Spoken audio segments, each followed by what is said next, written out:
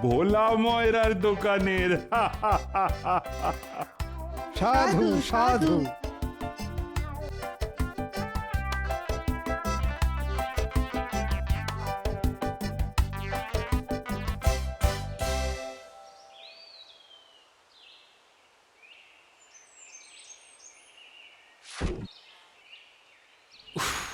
বাবা কি গরম! রসগোল্লা খাওয়ার জন্য মনটা কেমন আনচান আনচান করছে। এখনই কটা রসগোল্লা পেটে পুরে দিই।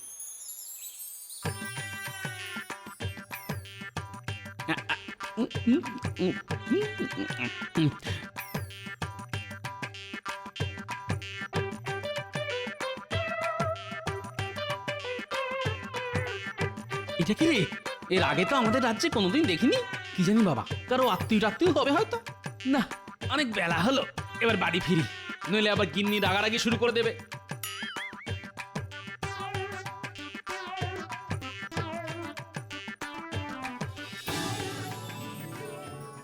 ওই গো, ও গিন্নি, কোথায় গেলে গো গিন্নি? ও আসছি গো আসছি, কানের মতো খেয়ে নিল। এই দেখো গিন্নি কি এনেছি, দই রসগোল্লা মহারাজ দিয়েছেন। ওই দেখি দেখি দেখি, ইমা এত বড় হাঁড়িতে মোটে একটা রসগোল্লা। এই মরেছে, খিদের চোটে তো সব খেয়ে ফেলেছি। কি গো চুপ করে আছো কেন? বাকি রসগোল্লা কোথায় গেল? ইয়ে না মানে, হ্যাঁ মানে ওই পথে আস্তে আস্তে খুব খিদে পেয়েছিল তো, তাই খেয়ে ফেলেছি গিন্নি। কি তুমি এটা পারলে?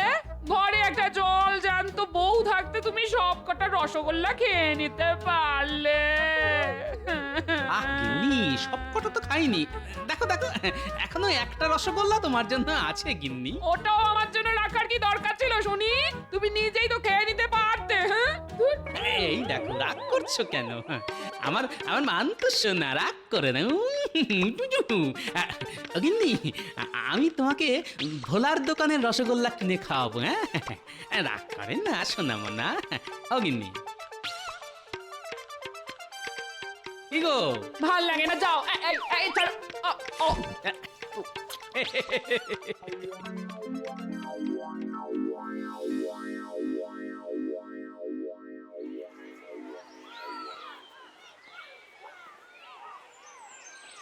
ওরে বাপরে, হ্যাঁ এত বড় হাট!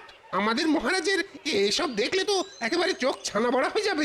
আগে আগে সবকিছুর দামটা একবার একবার যাচাই করে নিতে হবে। হ্যাঁ ভাই, ও ভাই, চাল কত করে ভাই? কোন চাল নেবেন বলুন? জয়া রত্ন 1 টাকা কেজি, আর বাঁশকাঠি 1.5 টাকা, আর দেরাদুন গোবিন্দভোগ 2 টাকা করে কেজি। ওরে বাবা, এত সস্তা! হ্যাঁ, আমাদের ওখানে তো ওই গোবিন্দভোগ চালই 4 টাকা কেজি। নিশ্চয়ই উৎপাদন বেশি হওয়ার কারণে দামও কম। হ্যাঁ। কি দাদা, কি ভাবছেন? কি চাল দেবো বলুন বলুন? না দাদা, আজ থাক, পরে একদিন আসবো।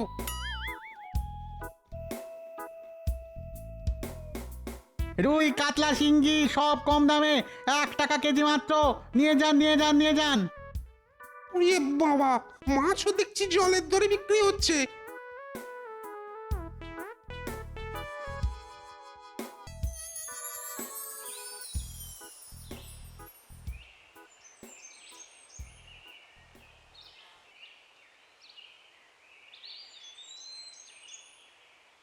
এই যে চাষি ভাইয়েরা, এদিকে এদিকে এদিকে একটু শোনো। কি আমাদের ডাকছেন? হ্যাঁ, তোমাদেরই। এদিকে একটু শোনো না, একটু। আমাকে চাষ করার পদ্ধতি, ব্যবহার করার সার সব জেনে নিতে হবে। বলুন বলুন, কি বলবেন? বলছি, শোনো না, ওই আমারও না চাষ করার অনেক দিনের ইচ্ছে, ওই কিন্তু করতে পারছি না। কেন দাদা, জমির অভাব নাকি? না না, জমি আমার অনেক আছে, অনেক জমি। আমার শ্বশুর তো জমিদার, আর শ্বশুরের একমাত্র মেয়েকে আমি বিয়ে করেছি। তাহলে চাষ করুন, কে বারণ করেছে? ওখানেই তো মুশকিল ভাই, কি চাষ করব, কখন চাষ করব, সেটাই ঠিক মতো বুঝি না। তোমরা যদি একটু আমাকে বুঝিয়ে বলতে তাহলে খুব ভালো হতো। হা হা হা হা হা। এই ব্যাপার, চাষ খুব একটা কঠিন ব্যাপার না। তবে পরিচর্যাটাই আসল ব্যাপার। আমরা তো মোটামুটি 3 রকম ধান ফলাই, আউশ, আমন আর বোরো। আর শীতকালে রবি শস্য, গাজর, ফুলকপি, শাকসবজিও চাষ করি। বাহ বাহ, তোমরা কত কিছু জানো। এটাই তো আমাদের পেশা, আর আমরা জানবো না? আচ্ছা আচ্ছা, কিভাবে চাষ করো আর কি সার দাও? ধান চাষের ক্ষেত্রে প্রথমে তো বীজ ধান বুনতে হয়, তারপর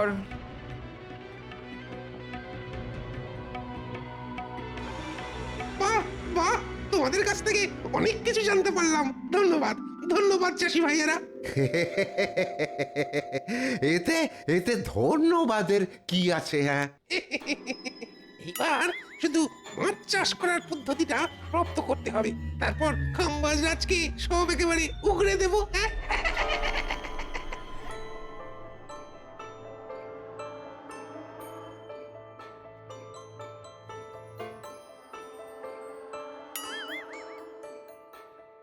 এই টেকো ব্যাটা কি রে? মাঝে মাঝেই রাস্তায় দেখি। যে হোক বাবা, আমায় এখন বাজার নিয়ে বাড়ি ফিরতে হবে, নইলে আবার গিন্নি অশান্তি শুরু করে দেবে।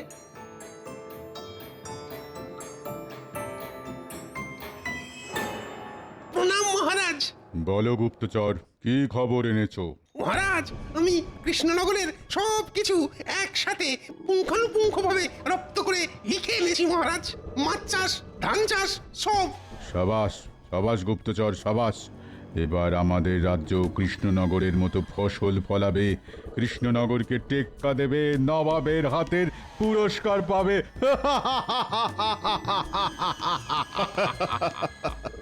মহারাজ, চাষি ভাইদের সাথে আমি বেশ ভালো মতন বন্ধুত্ব করেছি। এরপর ওদের কাছ থেকে শীতকালের রবি শস্য চাষের পদ্ধতিও জেনে ফেলবো মহারাজ। সাবাস গুপ্তচর, তুমি এই টুলির মতো একেবারে কৃষ্ণনগরে সেঁটে যাও। যখন যা তথ্য পাবে তৎক্ষণাৎ আমাকে জানাবে। অবশ্যই মহারাজ, অবশ্যই, নিশ্চয়ই জানাবো। আচ্ছা ঠিক আছে, এখন এসো। আমার বকশিসটা মহারাজ। মন্ত্রী, গুপ্তচরকে 100 মোহর বকশিস দিয়ে দাও। যথাজ্ঞা মহারাজ।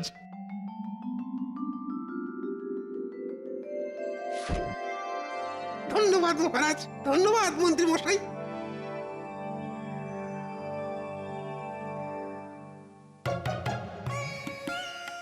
আমাদের নবাব বাহাদুরের কাছে ত্রৈমাসিক খাজনা জমা পড়েছে। প্রতিবারের মতো এবারেও কয়েকটি রাজ্য খুব তাড়াতাড়ি যথেষ্ট খাজনা দিয়েছে, কিন্তু কয়েকটি রাজ্য সেই দিক থেকে পিছিয়ে আছে।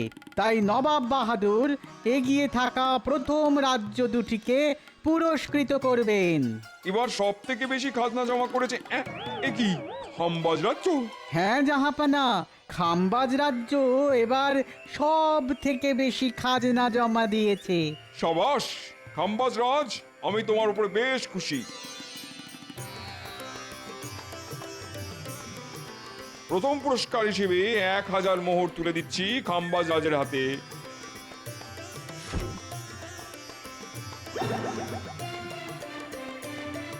দ্বিতীয় পুরস্কার পাচ্ছে কৃষ্ণনগরের রাজা কৃষ্ণচন্দ্র।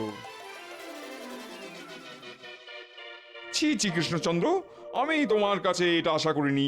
তুমি বরাবর সব থেকে বেশি খাজনা দাও, এবার কি করে খাম্বাজ রাজ্য তোমার রাজ্যের থেকে বেশি শস্য উৎপাদন করলো? হ্যাঁ, সেটা তো আমিও বুঝতে পারছি না।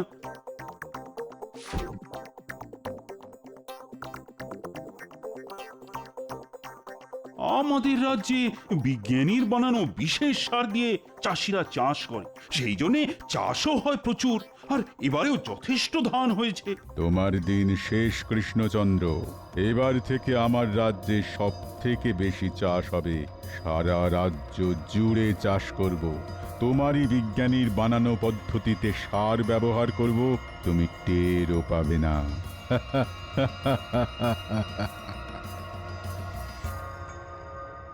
মহারাজ, আমাদের অতি সত্বর একটা ব্যবস্থা নিতে হবে, নইলে কিন্তু খুব মুশকিল হয়ে যাবে। আচ্ছা গোপাল, খাম্বাজ রাজের একটা কথা খেয়াল করলে? কোন কথা মহারাজ? ওই যে আমাদেরই বিজ্ঞানীর বানানো পদ্ধতিতে সার বানাবে, আর আমাদের থেকেও বেশি চাষ করবে, কিন্তু খাম্বাজ রাজ সেটা জানবে কি করে? গুপ্তচর মারফত জানতে পারে। ঠিক ঠিক বলেছ গোপাল, বিজ্ঞানী কখনো সার প্রস্তুতির কথা কাউকে বলে দেবে না, ওরা নিশ্চয়ই কোনো চাষির কাছ থেকে জেনেছে।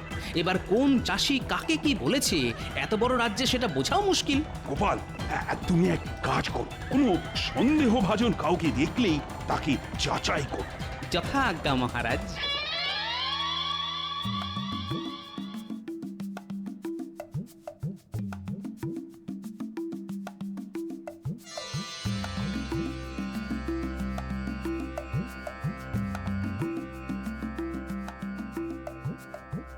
কি হলো কি?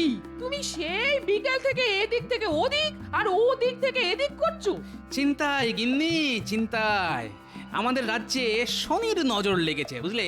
ইমা, ভর সন্ধেবেলা কি অলক্ষণে কথা বলছো তুমি? আরে অলক্ষণে নয় গো গিন্নি, সত্যি। আমাদের চাষিরা এত কষ্ট করে চাষ করে, তার ফলস্বরূপ আমরা প্রতি 3 মাস অন্তর ভালো মতন খাজনা নবাবকে দিতে পারি। কিন্তু এখন দেখছি খাম্বাজ রাজ্য জিতে যাচ্ছে। যে খাম্বাজ রাজ্যের নাম সবার নিচে থাকতো সে হচ্ছে প্রথম। উমা গো, এ কি সর্বনেশে কাণ্ড! হ্যাঁ, সর্বনাশ বলে সর্বনাশ। উনি আবার প্রকাশ্যে একরকম হুমকি দিয়েছে, ওরা আমাদের রাজ্যের উপায়ে সার বানিয়ে চাষ করবে, কিন্তু আমরা বুঝতেও পারবো না। ওমা, সে কি গো? তার মানে নিশ্চয়ই গোপনে গোপনে গুপ্তচর এসেছে আমাদের রাজ্যে। হ্যাঁ, কিন্তু কে সেই গুপ্তচর সেটাই জানতে হবে। হলেও হতে পারে, ওই লোকটা হলেও হতে পারে। কোন লোকটা? পরে বলবো গিন্নি, পরে বলবো। এখন দুটো খেতে দাও দেখি, খুব খিদে পেয়েছে।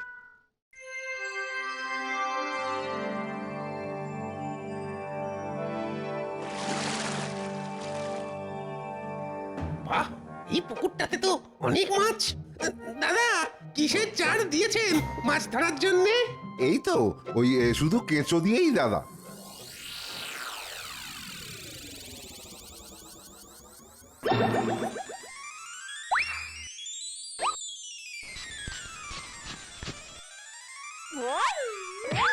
ওরে মদন, তুই কবে এলি? হ্যাঁ, বুকে আয় ভাই, বুকে আয়।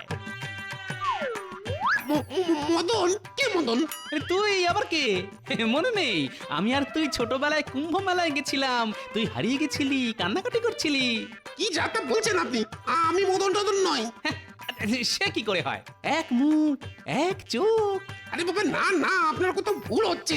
আমি মদন নই। আমার 14 গোষ্ঠীতে কারোর নাম মদন ছিল না। তাহলে তুই কে?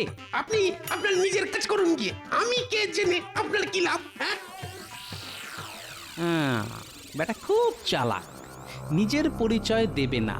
বেটা টাক গরম করে তবেই ছাড়ব। সবাইকে বলতে হবে একই রকম ভাবে টাক গরম করতে, তবে যদি নিজের পরিচয়টা দেয়।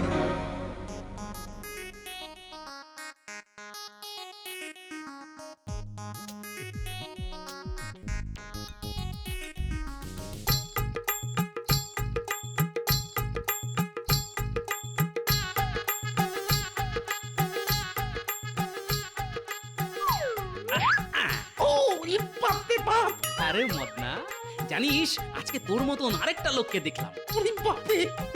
টাক একবারে গরম হয়ে গেল যে। বাবা, কি দাদা, তখন থেকে মারছেন কেন বলেন তো? আমি মদন নই।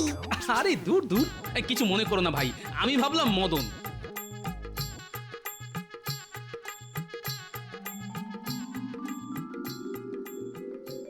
ও পুটির বাবা, এদিকে শোনো। কি বলো?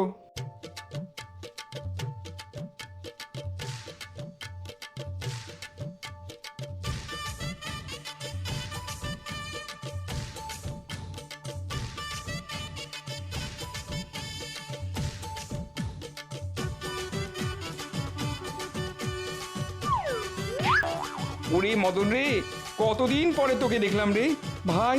কবে এলি ভাই? আমাদের বাড়ি চল। কোথায় আছিস ভাই? দূর বাবা, কে মদন? কোথাকার মদন? হ্যাঁ, কি যাতা বলছিস তুই? তুই তো আমাদের হারিয়ে যাওয়া বন্ধু মদন। তোকে এরকম টাকে মারলে রেগে যেতিস। ওরে বাবা, মারছেন কেন? এই মদন, বল না ভাই, তুই কবে এলি? তুই না বললে আবার টাক গরম করবো। এই তো আচ্ছা মুশকিল। তুই বলবি নাকি? বলছি বলছি বলছি, আমাকে আমাকে খাম্বাজ রাজা পাঠিয়েছে কৃষ্ণনগরের ওই চাষাবাদ সবকিছু পুঙ্খানুপুঙ্খ জেনে ওনাকে বলতে, তাহলে আমাদের রাজ্যেও ভালো ফলন হবে আর কি। ও এই ব্যাপার, তুই এই সব কিছু লিখে দিবি আর নবাবের সামনে গিয়েও বলবি, নইলে মেরে তোর টাক একেবারে গরম করে দেবো। আচ্ছা ঠিক আছে ঠিক আছে। কি কাম্বাজরাজ, তুমি তার মানে এই উপায়ে কৃষ্ণনগরকে হারিয়েছো? ছি ছি ছি ছি ছি ছি ছি। না ইয়ে মানে ওসব মানে শুনবো না। আজ থেকে তোমার রাজ্যের 1000 বিঘা জমি আমি কৃষ্ণনগরের নামে করে দিলাম। ফের যদি এরকম নকল করতে দেখি, তোমার পুরো রাজ্যটাই ওদের দিয়ে দেবো। ক্ষমা করুন জাহাপানা, জাহাপানা ক্ষমা করুন, ভুল হয়ে গেছে। আমরা তাহলে এখন আসি।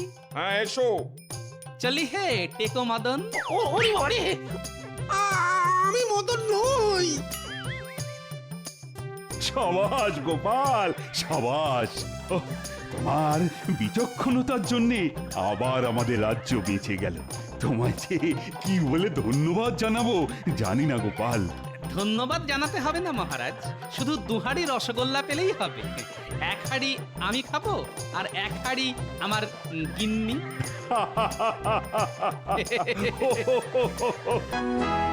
আমাদের নবাব বাহাদুরের কাছে ত্রৈমাসিক খাজনা জমা পড়েছে।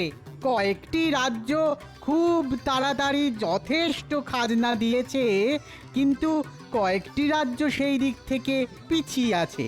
তাই নবাব বাহাদুর এগিয়ে থাকা রাজ্যকে পুরস্কৃত করবেন। সবার প্রথমে আমি ডেকে নেব কৃষ্ণনগরের রাজা কৃষ্ণচন্দ্রকে। বরাবরের মতো এবারও কৃষ্ণনগর থেকে আসা খাজনা আমার দরবারে অনেক আগে পৌঁছেছে এবং আমি তাতে ভীষণ খুশি। নবাব বাহাদুর উপহার স্বরূপ কৃষ্ণচন্দ্রকে তুলে দিচ্ছেন 1000 মোহর। সাবাস কৃষ্ণচন্দ্র, তোমার রাজ্যে এত ভালো ফলন, এত ভালো মৎস্য চাষ, উন্নয়নে আমি খুশি। এই নাও তোমার পুরস্কার। ধন্যবাদ ধন্যবাদ জাহাপানা, ধন্যবাদ। মহারাজ, আপনার সম্মান মানে আমাদের রাজ্যের সম্মান। আজ আমাদের চাষি ভাই জেলে ভাইয়ের পরিশ্রমের ফসল আমরা পাচ্ছি। ঠিক বলেছ গোপাল, আর এর জন্যে সব থেকে বড় ভূমিকা কিন্তু আমাদের বিজ্ঞানীর। ঠিক বলেছেন মহারাজ, বিজ্ঞানীর যুগান্তকারী আবিষ্কৃত সার এবং মাছেদের খাবারে আজ এই সম্মান। এরপর ডেকে নেব বর্ধমানের রাজাকে। তোমরাও বেশ যথেষ্ট খাজনা দিয়েছো, তাই তোমরা পাবে 500 মোহর উপহার।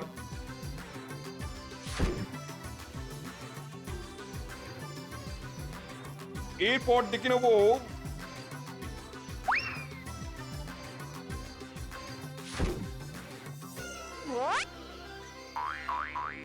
সব শেষে আসবে খাম্বাজ রাজ। খাম্বাজ রাজ্য থেকে এবার প্রাপ্ত খাজনার পরিমাণ খুবই নগণ্য, তাই শর্তানুযায়ী আমি খাম্বাজ রাজ্যের থেকে 500 বিঘা জমি শাস্তি স্বরূপ কেড়ে নিলাম। হ্যাঁ, এ কি করছেন জাহাপানা? এরকম ভাবে আমার রাজ্যকে সকলের সামনে অপমানিত করবেন না। চুপ করো, শর্ত যা ছিল তাই করেছি। সারা বছরে তোমার রাজ্যে মাত্র 5 মণ ধান হয়েছে। ছি ছি ছি ছি ছি ছি ছি ছি ছি। এই তুমি খাম্বাজ রাজ্যের রাজা, ফের যদি তোমার রাজ্যে এত কম উৎপাদন দেখি তো পুরো রাজ্যটাই কেড়ে নেবো। ঠিক আছে, আজকের মতো এখানেই পুরস্কার বিতরণের পালা শেষ হলো। আপনারা সবাই আসুন।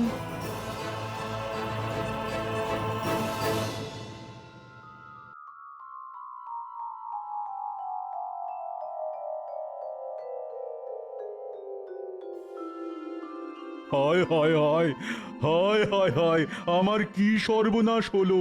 মহারাজ, এত সহজে ভেঙে পড়বেন না, আমাদেরকে ঘুরে দাঁড়াতেই হবে। কিন্তু ঘুরে দাঁড়াবো যে, তার জন্য আমাদের তো সেরকম আবহাওয়া নয় যে যে আগামী 3 মাসের মধ্যেই মাঠে একেবারে সোনার ফসল ফলিয়ে দেব। দেখুন মহারাজ, কৃষ্ণচন্দ্রের রাজ্যের মাটি আর আমাদের রাজ্যের মাটির মধ্যে এমন কোনো আহামরি পার্থক্য নেই। তবুও কৃষ্ণচন্দ্রের রাজ্য আমাদের থেকে শতগুণে এগিয়ে। তার কারণ ওদের রাজ্যের জমিতে ব্যবহার করা সার এবং পরিচর্যা, পুকুরে দেওয়া মাছেদের খাবার, এই সব কারণেই ওই রাজ্যের উৎপাদন বেশি। তাহলে এক্ষুনি কৃষ্ণনগরের কাছে ওদের চাষ আবাদের পদ্ধতি বিস্তৃত বর্ণনা জানতে চেয়ে চিঠি লিখে পাঠাও। না মহারাজ, কৃষ্ণচন্দ্র কখনোই আমাদেরকে ওদের রাজ্যের সমৃদ্ধির গোপন রহস্য নিজে থেকে বলতে চাইবে না। তাছাড়া ছলে বলে কুশলে কৃষ্ণচন্দ্রকে রাজি করানো গেলেও মাঝে বাধা হয়ে দাঁড়াবে ওই গোপাল। তাই জন্য অন্য কোনো উপায়ে সব জানতে হবে। পেয়ে গেছি কোন মন্ত্রী